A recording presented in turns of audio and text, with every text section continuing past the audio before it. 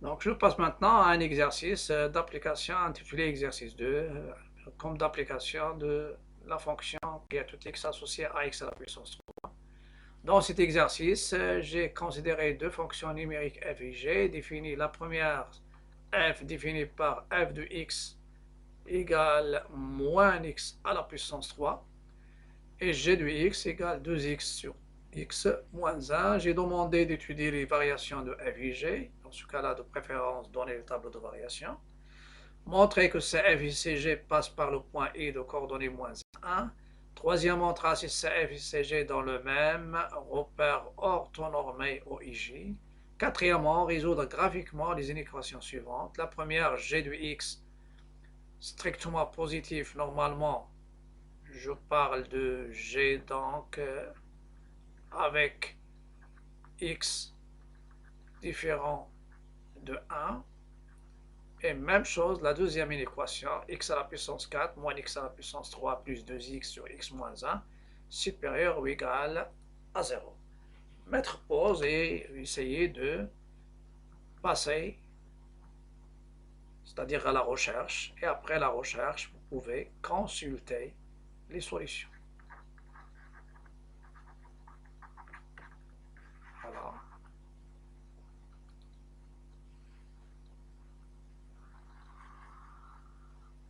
La question 1, je commence par variation de f, qui est tout x associé x à la puissance 3. Le domaine de définition de f, c'est R.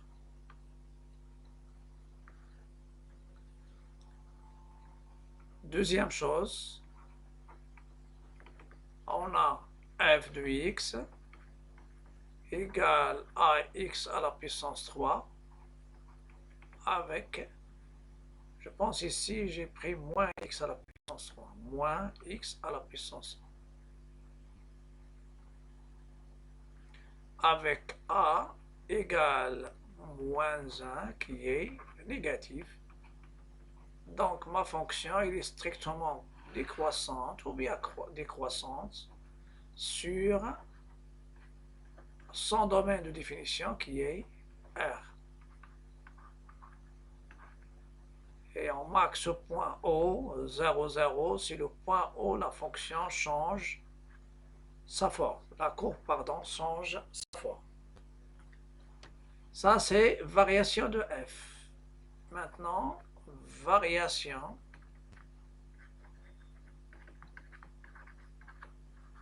de g avec g de x, c'est 2x sur x moins 1. X appartient au domaine de g, équivaut au dénominateur différent de 0, équivaut x différent de 1. Donc, d de g, c'est r moins 1. Et si vous voulez l'écrire sous forme d'union de deux intervalles, pas de problème. Donc, c'est moins l'infini 1 over union 1 plus l'infini. Ça, c'est le domaine. On a g de x est une fonction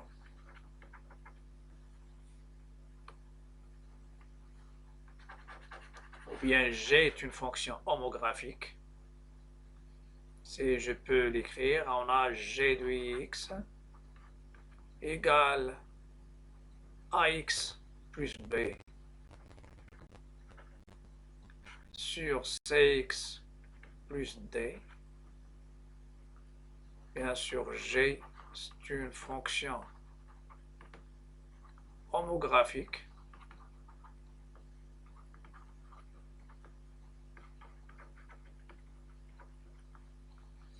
Voilà. Avec le a, c'est 2, b, 0, c, 1, D moins 1. Pourquoi tout ça? Parce que G de X, c'est 2X sur X moins 1. Et je peux dire tout simplement G est une fonction homographique avec, donc, calculant le déterminant qui est A, B, C, D. Le déterminant ici, c'est quoi? C'est 2, je peux l'écrire, 0, 1, le coefficient du X en bas, moins 1. Comment je calcule ce déterminant? C'est-à-dire je croise, c'est-à-dire je multiplie 2 par moins 1, c'est 2 fois moins 1, moins 1 fois 0. Donc,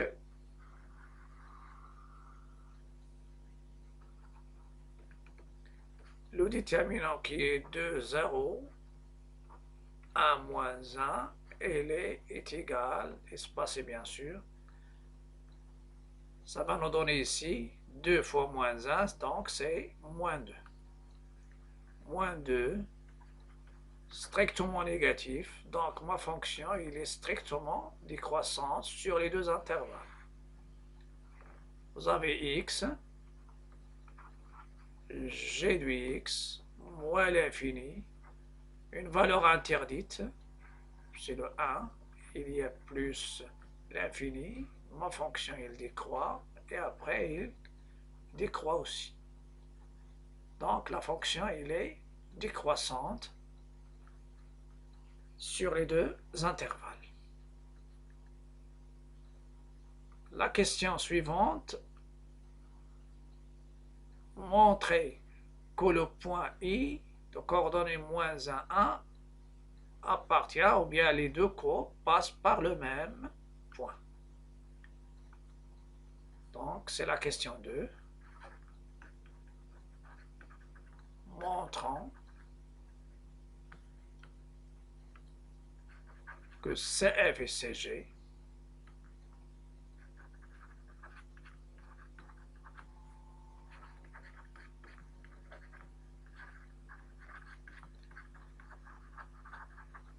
passent par le point I de coordonnées moins 1.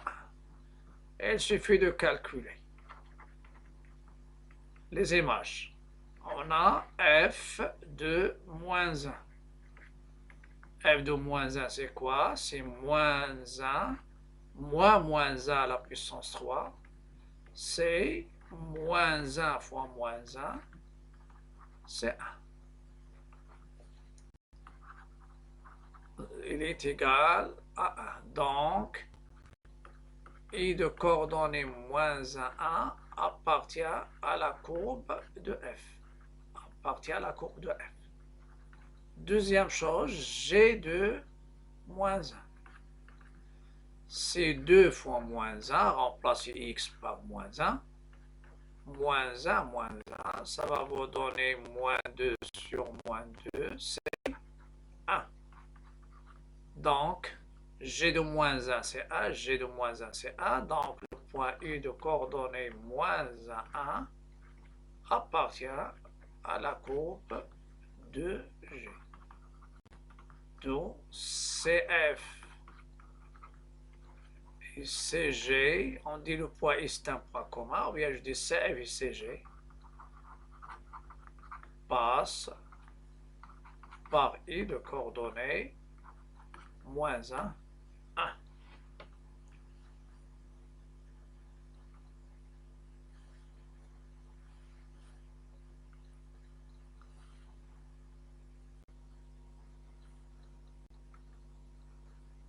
Donc je vais passer maintenant à la question 3.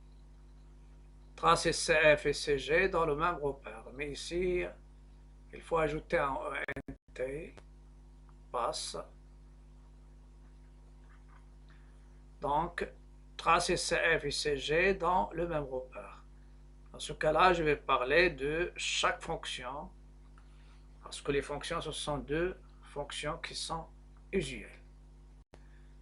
Donc, c'est la fonction, c'est quatrième, ou bien troisième pardon.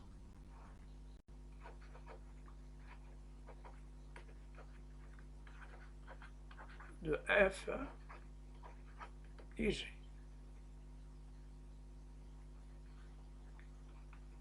Je commence par la première.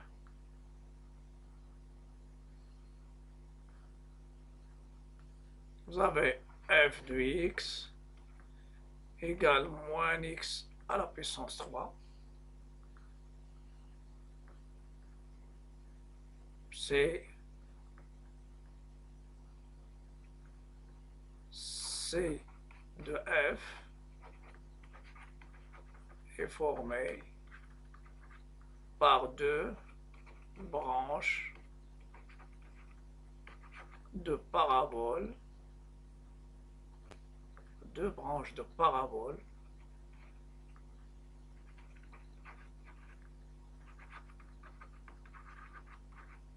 dirigées par l'axe OY et qui sont symétriques par rapport à O, qui est centre de repère. Ça, c'est uniquement une explication, mais pour vous, même si je ne fais pas ces choses-là, pour donner, donc on doit avoir des tableaux, un tableau de valeurs.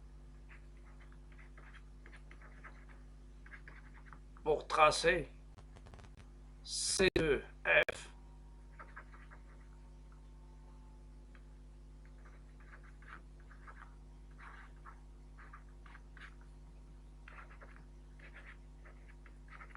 on doit choisir un tableau de valeurs, de quelques valeurs. Donc normalement ça c'est uniquement c'est pour mieux voir, pour fixer l'idée sur le traçage. La courbe c'est pas une parabole, c'est pas normalement il y a uniquement l'appellation d'une droite qui représente la fonction f de x égale à x plus b. Et la parabole, elle représente la fonction polynôme deuxième degré et l'hyperbole. Pour les autres, je dis c'est la courbe de la fonction ax à la puissance 3 si je veux pas faire ces choses-là. Vous avez g de x, c'est 2x sur x moins 1. Pour celle-ci, dans un autre, bien sûr, exercice, je peux dire f de x égale moins x à la puissance 3, c'est sa courbe, c'est la courbe de la fonction f définie par f de x égale à x à la puissance 3, et j'insiste sur le tableau de valeurs, c'est-à-dire c'est ça ce qui est intéressant. On doit choisir tableau de valeurs. Je vais le préciser dans la page qui vient après. F de g est une fonction homographique.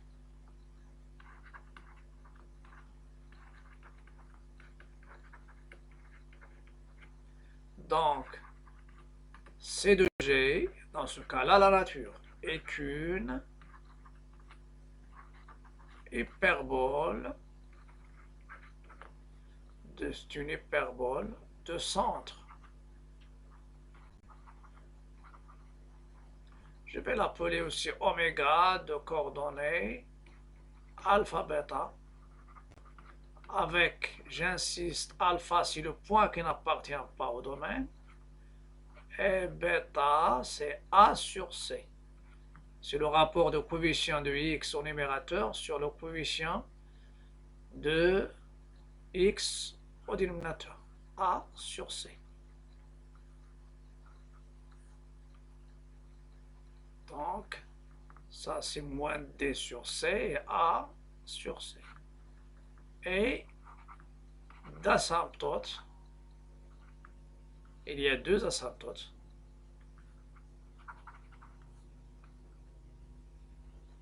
Et d'asymptote.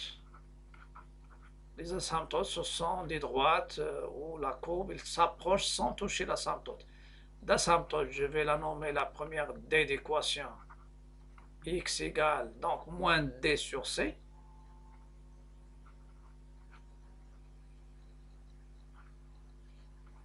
Et l'autre d' d'équation y égale a sur c. Et je vais revenir sur ces valeurs. Normalement, moins d sur c, donc la fonction ici, vous avez a. Déjà a, c'est 2, b, c'est 0, c, c'est 1, d, c'est moins 1. Donc, moins d sur c, c'est 1. A sur C, c'est 2 sur 1 égale 2. Les asymptotes, il y a une qui est moins D sur C, ça c'est vertical, et celle-ci c'est horizontal. Celle-ci c'est vertical.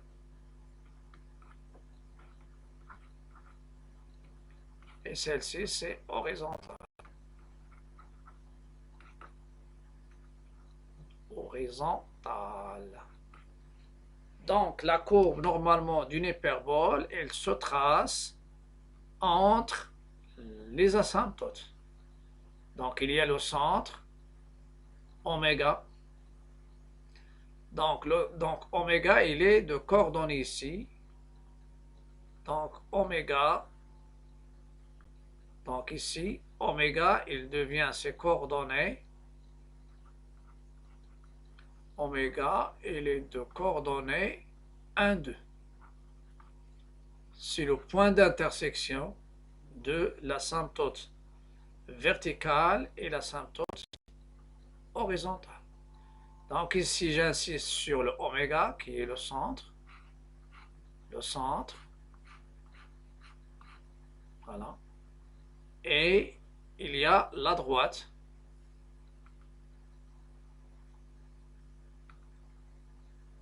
Je change de couleur, oui.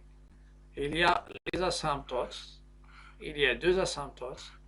Une verticale et une horizontale. Voilà. Ça, c'est les asymptotes.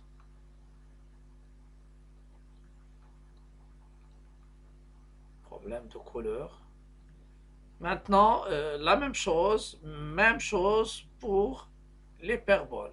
Pour l'hyperbole, c'est aussi, on doit choisir un tableau de valeurs. Et maintenant, je vais passer au tableau de valeurs concernant la fonction f et la fonction g. La fonction f, c'est de la forme ax à la puissance 3, donc le centre c'est 0, donc je prends au moins deux points qui sont à droite de 0, pour des x, les abscisses strictement supérieures à 0, je prends 1, et je prends 3 sur 2, c'est moins 27 sur 8, c'est moins 3,4. Voilà. Et je prends aussi deux abscisses qui sont strictement inférieures à 0, de préférence des symétriques. Donc 1, 3 demi, si je prends moins 1, moins 3 demi, donc ça donne 1 et 27 sur 8, qui est à peu près 3 sur 8. Pour l'hyperbole, normalement, comment je trace l'hyperbole? Donc je vais revenir à l'hyperbole. Donc la première chose, les axes. Deuxième chose, je trace les asymptotes en général. Il y a une qui est verticale et une qui est horizontale. Et la courbe, ça sera soit située, si elle est décroissante, ça sera situé ici. Et si elle est croissante, elle est ici. Donc pour bien placer l'hyperbole, je dois choisir des points. Non, des points. Et il ne se trace pas avec la règle. Donc, normalement ici, c'est les décroissantes. Ici, c'est l'asymptote, donc il va s'approcher sans la toucher. Et je fais la courbure. C'est-à-dire, c'est les décroissantes, je la trace comme ça. C'est ici. Et ici, normalement, je dois avoir aussi 2 points et je fais le traçage. Voilà. Ça, c'est le cas. Et ça, c'est le centre. Dans le cas, c'est les croissantes. C'est les croissantes, ça sera situé ici et ici. La même chose, je dois avoir 3 valeurs pour mieux positionner ma courbe. Voilà. Ça, c'est la première branche. La deuxième branche, normalement, je choisis ces valeurs, il faut les choisir. Et ça me donne soit ces deux-là dans le cas où il est croissant, ça veut dire si le déterminant est positif, et ces deux-là dans le cas où le déterminant est négatif. Normalement, on va faire ces choses-là dans des représentations que j'ai déjà données avec un logiciel qui est le GeoGebra. Et je vais montrer l'emplacement, c'est-à-dire voir les courbes. Voilà. Je commence par la courbe de la fonction f. La fonction f, normalement, je sais qu'elle est de la forme ax à la puissance 3. Et puisque a est négative, donc ça sera décroissante. Il passe par O et après décroissante. Donc il est formé par 2 branches de parabole. Vous pouvez remarquer que ça ne manque pas la symétrie parce que j'ai déjà coupé bien sûr l'image ici. Si vous prolongez l'axe des ordonnées en bas et la droite, ça va vous donner normalement la symétrie. Donc, sur 0 plus l'infini, le point 0, le point O, 0, 0, il y a 1 avec moins 1, c'est ça, c'est un point, et il y a 1,5, 3,5 avec moins 3,4. Donc, ce sont 2 points. Je marque la courbe ici, je trace la première branche de parabole qui est dirigée vers le bas. Sur moins l'infini 0, la même chose, j'utilise le O. Moins 1, c'est 1, donc ça c'est le point qui est le point I. Et moins 3,5, 3,4. Et avec la main, avec normalement utiliser les crayons. Donc, il décroît. Donc ça c'est la deuxième branche de parabole sur R- qui est dirigée vers le haut. Donc il décroît. Ça c'est un point où il y a changement de la forme de la courbe. Donc la tangente, après le point O, c'est tangent à la courbe. L'axe, bien l'axe des abscisses, il représente une tangente à la courbe au point O. Et il décroît. Voilà, ça c'est le traçage de C de F.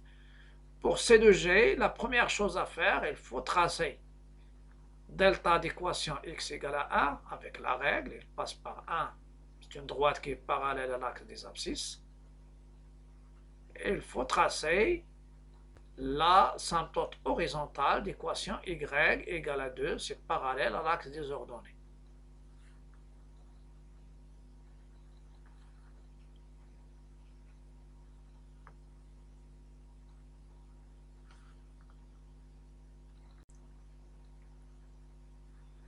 Une fois je trace et utiliser la même couleur normalement pour les asymptotes verticales et horizontales, ça divise le plan en 4 parties. L'hyperbole est située en 2 parties qui sont symétriques par rapport à oméga. Normalement ici, donc, c'est les décroissantes, comme le cas qu'on a, on va trouver 2 branches formées de 2 branches, ce ne sont pas des branches de parabole, 2 branches de l'hyperbole. Et si les croissantes, ça sera sur ces deux quarts. C'est-à-dire, normalement, vous avez 1, 2, 3, 4. Donc, soit situé dans ces deux cas qui sont symétriques par rapport à O, à oméga, ou bien dans ces deux-là. Pour nous, c'est une fonction qui est décroissante. En plus de ça, il faut savoir, je sais que l'allure, c'est comme ça, entre verticale et horizontale, ça sera comme ça et comme ça. Donc, je dois avoir des points pour bien positionner ma courbe. Et ça c'est oméga. Il y a normalement ici, il y a le point, les points qu'on a utilisés de 4. Et on a utilisé 3, et on a utilisé 6 avec, normalement, les points, on a déjà pris, donc, c'est pas 6, 5, pardon. 5, 2,5. Donc, ça, c'est 5. 5 avec 2,5. Une fois j'ai ces 3 points, c'est très facile. Si vous avez, c'est ça les asymptotes. Si vous avez 3 points, qu'est-ce qu'il faut faire? Il ne faut pas utiliser la règle. Donc dans ce cas-là, je m'approche et je fais le traçage et je continue. Voilà. C'est-à-dire deux branches c'est la branche d'une hyperbole. Donc, on s'approche, même ici, et je fais le traçage. Je passe, je marque la courbure, et voilà, il s'approche de l'asymptote verticale et l'asymptote horizontale. La même chose, deuxième branche de l'hyperbole. Je vais utiliser le point, on a utilisé le point 1,5 avec moins 2, c'est ce point-là, et le point 0,0 parce qu'il passe par l'origine, et il y a le point I. Si vous voyez pas la courbure, vous pouvez ajouter autre point. Et j'ai déjà les deux demi, c'est-à-dire les asymptotes horizontales et verticales. J'ai bien sûr deux points. Je les lis comme ça. Voilà. Et j'obtiens la forme de ma branche d'hyperbole. Donc, je fais le traçage ici. C'est ça. Je trace, je passe par O, par I, et je m'approche. Et il faut éviter de s'approcher d'une manière brusque. C'est-à-dire, vous avez l'hyperbole ici, il passe par ces deux points-là, je fais comme ça, et après je m'approche. Non, il faut rester comme ça. Décroissante. Et il décroît en s'approchant, en passant par 6 points. Donc, une fois ça, c'est déjà fait en commun, et c'est l'occasion de revenir sur ces courbes et fonctions usuelles dans cette année. Donc, la courbe de f, c'est celle-ci. C'est ça la courbe de f. Il y a deux branches, une vers le bas, une vers le haut. Ça, c'est C de G, deux branches d'hyperbole, une sur moins A sur C jusqu'à plus l'infini, et l'autre sur moins l'infini, moins A sur C. Donc, il y a deux branches. Après, on va essayer d'utiliser ces représentations graphiques pour résoudre graphiquement soit une équation, soit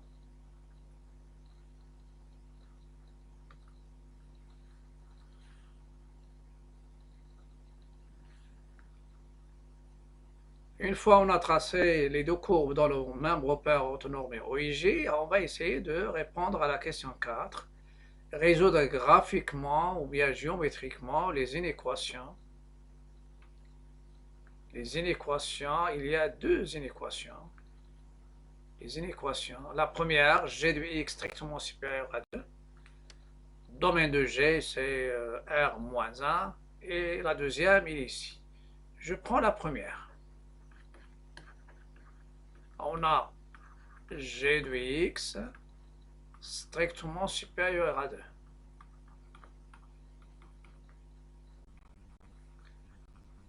Donc, l'ensemble de solutions de cette inéquation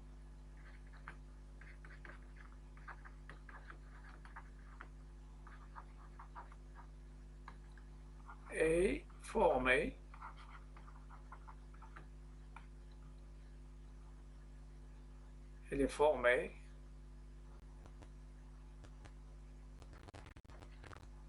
des abscisses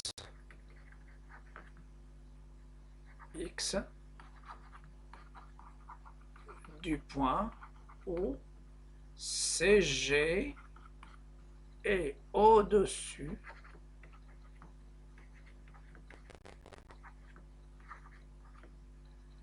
de la droite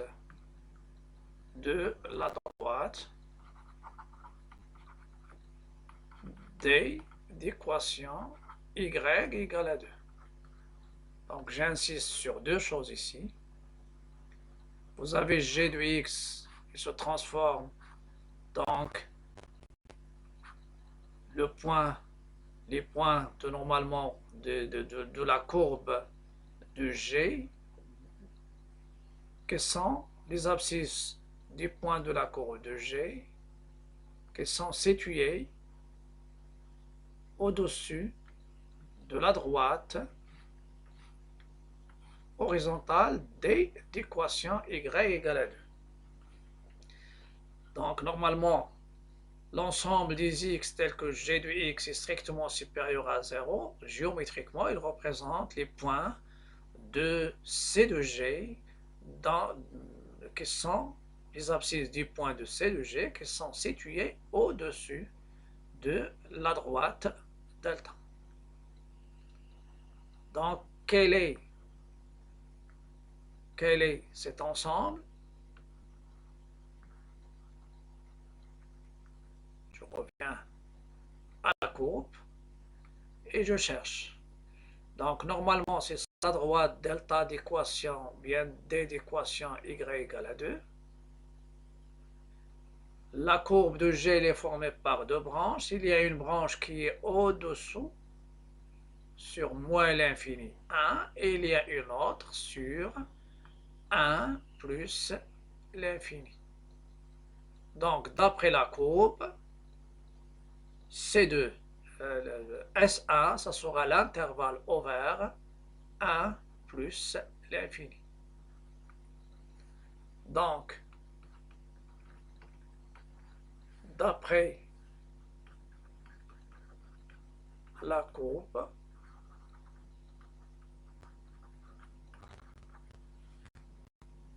ou bien d'après la représentation graphique, d'après C de G, on a C de G est au-dessus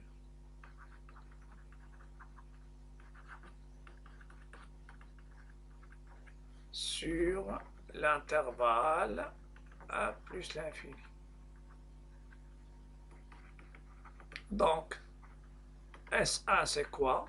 C'est l'intervalle ouvert 1 plus l'infini. Je reviens à l'inéquation 2. L'inéquation 2, c'est x à la puissance 4 moins x à la puissance 3 plus 2x sur x moins 1 supérieur ou égal à 0 avec x différent de 1. Normalement, ces inéquations, il faut montrer qu'elles sont équivalentes à f de x supérieur ou égal ou bien supérieur strict, dans ce cas-là supérieur ou égal à g de x, ou bien inférieur ou égal à g de x. Et dans ce cas-là, s'il est supérieur ou égal à g de x ou bien inférieur ou égal à g de x, l'ensemble de solutions est formé par les points, les abscisses des points où C de f il est situé soit au-dessous ou bien au-dessus de C de G. Vous pouvez remarquer ici, il y a 2x sur x moins 1. Donc, je vais transformer cette fraction en 2. en faisant apparaître les équations des fonctions qu'on a. Après, je vais factoriser par x à la puissance 3 en haut. X à la puissance 3. X moins 1 sur x moins 1 plus 2x sur x moins 1. Vous avez x, il est différent de 1, donc je peux simplifier. Et ça va me donner x à la puissance 3 plus 2x sur x moins 1 supérieur ou égal à 0. Finalement, je vais laisser l'expression de g au premier membre et je vais faire apparaître l'expression de f. Et ça va me donner g de x supérieur ou égal à f de x. Donc, l'ensemble de solutions de l'inéquation de l'équation de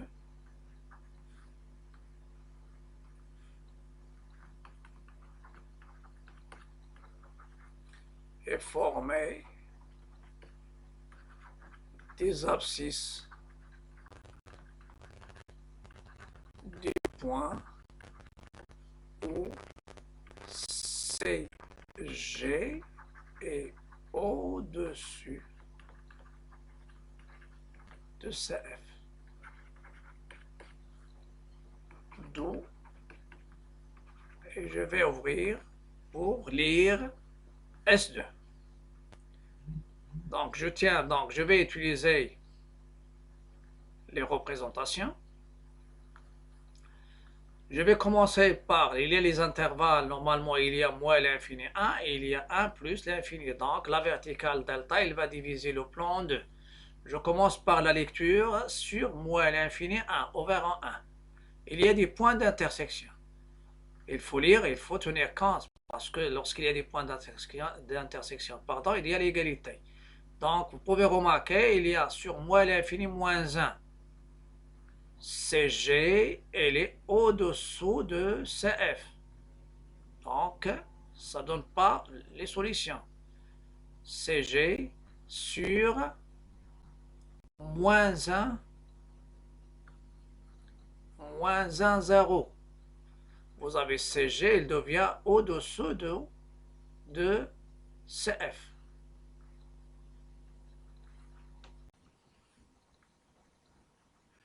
Je vais revenir à la courbe pour bien situer les intervalles où C de G est au-dessus de CF, ça veut dire sur CF.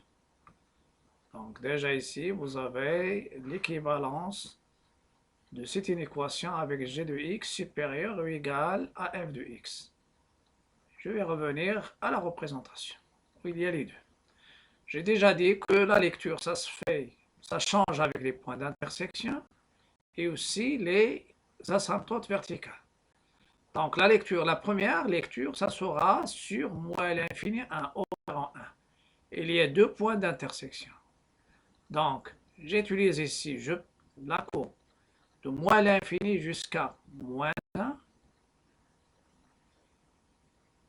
Vous avez ici CG, elle est au-dessous de CF. Donc, ça ne représente pas ce qu'on cherche, c'est-à-dire, ça ne donne pas un ensemble de solutions ou une partie.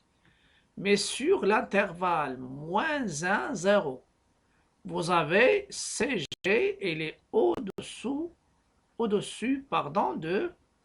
de CF, avec la possibilité d'égalité. Voilà le premier intervalle, c'est-à-dire de moins 1 jusqu'à 0. Sur 0, 1. Sur 0, 1, c'est CF qui est au-dessus et CG au-dessous. Donc, ça n'entre pas dans l'ensemble de solutions de l'équation 2. sur 1 plus l'infini, vous pouvez clairement voir que le C de G il est au-dessus de D, mais la courbe de f il continue à décroître. Donc il est infini, il décroît. Donc il y a cet intervalle qui entre dans l'ensemble de solutions, c'est-à-dire de 1 jusqu'à plus l'infini. Et je vais revenir maintenant à S, compléter S. Donc S, j'ai déjà dit moins 1, 0, union 1 plus l'infini. Ça sera tout pour cette vidéo. N'oubliez pas de cliquer sur le bouton s'abonner si vous êtes sur YouTube, sur inviter ou bien suivre si vous êtes sur Facebook. Et surtout, n'oubliez pas de liker, partager et commenter. Et à la prochaine vidéo.